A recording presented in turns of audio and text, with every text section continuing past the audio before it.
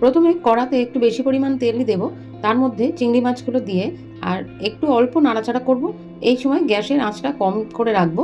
আর চিংড়ি মাছগুলো তুলে নেওয়ার পর যে পটল কেটে রেখেছি ডুমো ডুমো করে, সেই পটলগুলো ভেজে নিয়ে তুলে নেব।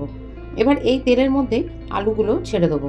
আলুগুলো আগে ডুমো ডুমো করে কেটে রেখেছি, সেগুলো এতে নাড়াচাড়া করে নেব, খানিকক্ষণের জন্য করে তুলে নেব। এবার এই তেলের মধ্যে দিয়ে দেবো তেজপাতা, শুকনো লঙ্কা আর গোটা জিরে। এরপর এর মধ্যে পেঁয়াজ কুচিগুলো দিয়ে ভালো করে নাড়াচাড়া করব।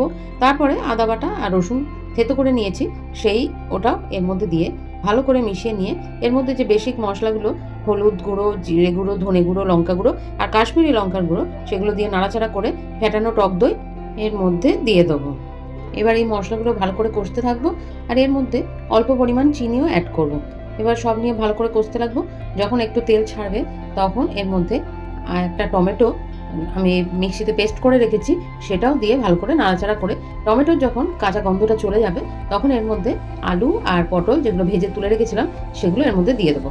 তারপরে পরিমাণ মতো নুন মিশাবো আর দিয়ে অল্প জল দিয়ে ভালো করে জলের মধ্যে তরকারিগুলো সব মিশিয়ে দেবো।